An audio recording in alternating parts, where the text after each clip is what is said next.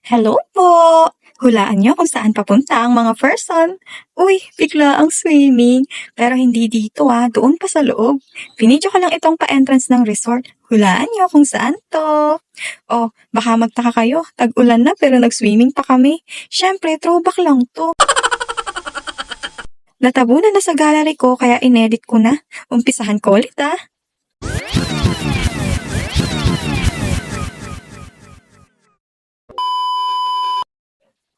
Hello po ulit! Throwback bigla ang summer escape nga itong video. Uy, may pa-English. So ayun na nga, since summertime ito, malamang mainit kaya nag-swimming kami. Nauna nga namin hinatid yung mga kasama namin dito. Tapos kung nakita niyo yung hawak kong styro kanina, after namin maghatid, dineliver muna namin yon sa magalang banda. Order kasi siya. Then after deliver, dumaan muna kami nila ate sa O-Safe para mamili ng pang-merienda mamaya. And ayan, nakabalik na kami. Alam nyo ba kung saan to? First time nga namin dito. Naisipan ko ang itry dito kasi curious ako lagi pag nadadaanan namin to kapag papunta kaming magalang. Water park pala siya, kaya nung natripan naming mag-swimming nung mga time na to dahil sa init ay naisipan kong dito itry. We are here at Liberty and Water Park Resort nga for a swimming syempre. Kapasok nga namin ng entrance, naisipan kong bilhan ng maliit na salbabida yung pamangkin ko. Ang cute kasi at tinitignan-tignan din nila to kanina.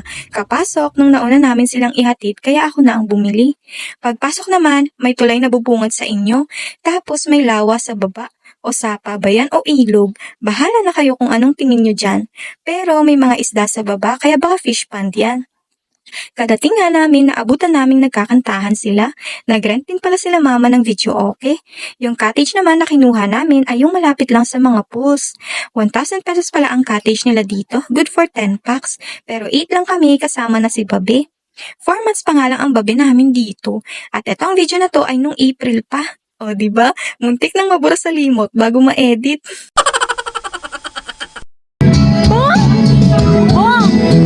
Ano ba namang paayan? Ano ba namang paayan? Natabunan na kasi ng bongga. And here's their iconic pools nga. Nag-swimming nga agad sila ate kadating namin. Si kuya naman nag-slide agad sa napakataas nilang slide. Alam nyo na bakit Libertyland ang name ng resort na to, no?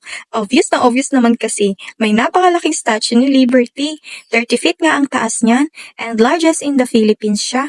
Ewan ko lang kung until today kasi nabasa ko lang yan sa page nila. Posted 2 years ago. Napakadami nga ding puno ng mangga dito na saktong tagbunga din, kaya madaming bunga. Sige nga, Chi! Ikaw!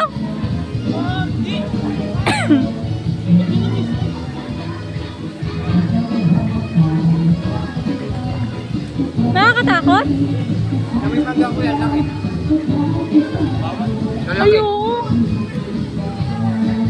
Ay, si Puccio. Takot din. Hindi, okay. Parang nakakatakot. Pag Ang nandun ka taas dun, nakatakot. Pag niyang banda nakatakot. Parang kang tatalbog. Ako si Puccio.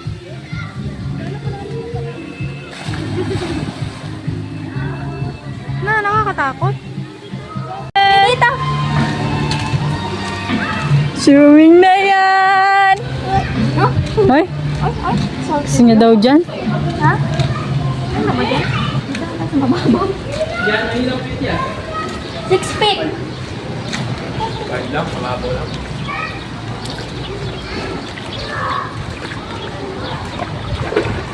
Sa kabilang side naman nga kami punta para mag-swimming. Kung nagtataka kayo kung bakit green yung sa kabila, tapos clear naman yung dito, may food color kasi yung kabila. Char! Fresh water kasi ang mga tubig ng pools dito. Tapos itong clear na tubig pa ay kakapalit lang kaya clear pa. Pero pag tumagal na ay magigreen na din. Gets na? By the way, kasama din pala namin si Buchi today. Hi, Chi! Si Papa Nay naman, baka hinahanap nyo kasi wala. Wala talaga siya dyan kasi nag-ibang bansa. Nasa Tarlac siya nung mga time na to. May other business na sinubukan. Sayang nga at di ko siya kasama sa first time experience na to. Malamig ba? Parang lang pala siya lumagal. 5 feet. Malalim yun? One yan, no? Nice.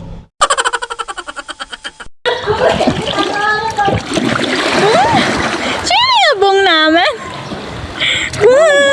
naman ng babong, gagalawang paa din. Oo, ayaw-ayaw ka pa ha. Paayo-ayo pa yung batang yan kanina. Nag-e-enjoy naman na ngayon. Napakainit nga nung time na to, kaya mangangalgal ka talagang mag-swimming. Wala na masyadong tao nung pumunta kami dito, kaya solo na naman ng mga persons ang resort. Parang narent namin itong buong resort kasi kami-kami lang din talaga ang naliligo. At sa dami ng mangga, ayan at nangunguha na nga sila. Human panungkit goes to Buchi, ang tangkad. Talon lang ayos na. Tuwang-tuwa pa sila, bawal yan, may bayad daw, kaya nangangawat lang sila, char!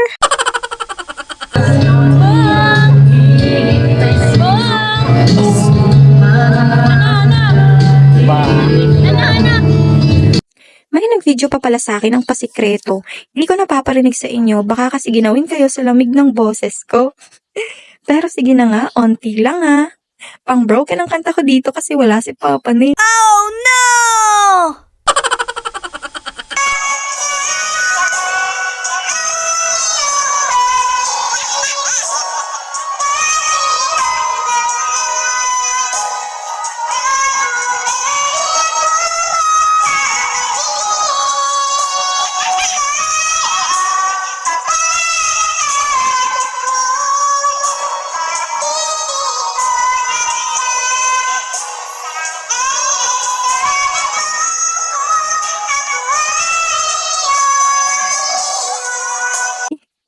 Oh, di ba? Ang lamig. Oh, eto naman, hulaan niyo kung kaninong boses. Dating sumali ng tawag ng tanghalan, nag-champion.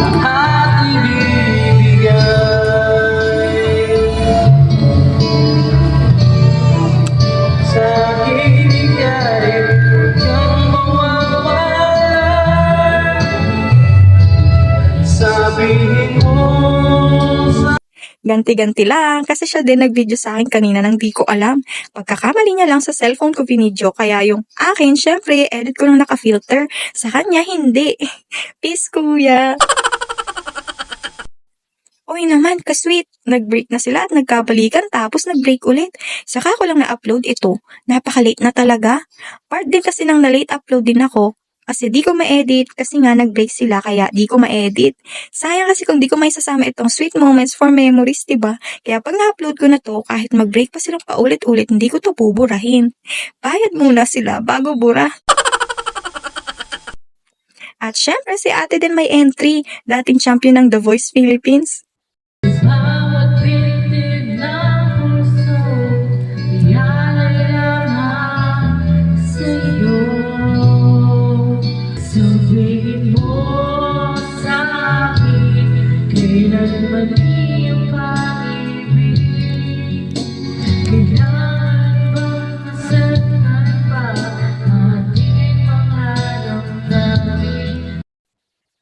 Ito naman pala ang view sa taas ng tallest slide nila dito. Sintaas mo si Liberty pag nandito ka sa taas. Char! Ang ganda nga dito sa resort na to, di kami nagsising tinry namin. Isa lang ang may ko-complain mo, yung mabahong amoy ng baboyan sa likodan ata nila. Ang lakas kasi ng amoy pag banda ka dito. Sorry at na-share ko na din, para yung expectation nyo kapag pumunta din kayo dito, at least alam nyo na. Nareklamo na din naman daw ng mismong resort, kaya lang ay di pa din naman inaksyonan. Sobrang ganda, 'di ba? Mas maganda pa siguro ito, lalo kapag bagong palit ang mga tubig tapos clear water mong makikita. Umakyat nga din ako kung saan banda nakatayo si Statue of Liberty. May akyatan kasi tapos pwedeng mag-picture-picture din. At ito naman ang view sa taas. Madaming ang pools na pagpipilian dito. May malalalim, medyo malalim at mabababaw para sa mga bata. May isa pang bagong pinapalitan din ng tubig banda dito. Ito naman ay walang tubig. Ito ata ang pinakamalalim nila.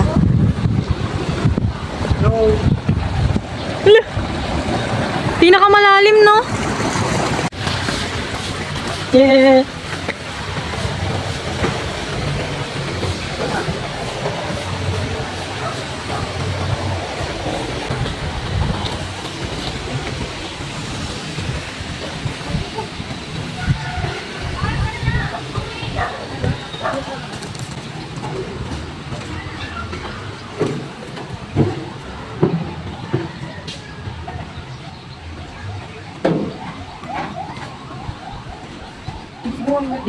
Hmm.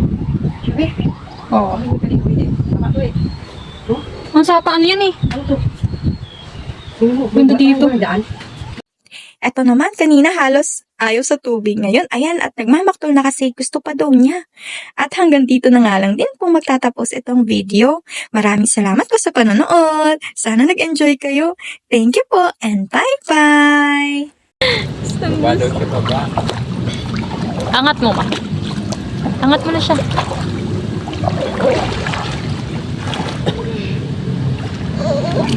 Ang hirap talaga. Ayoko na talaga. Napagod na ako. Ay! Sige na. Ay, ay!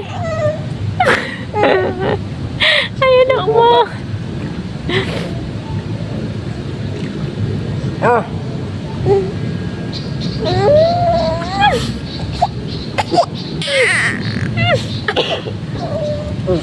Ay!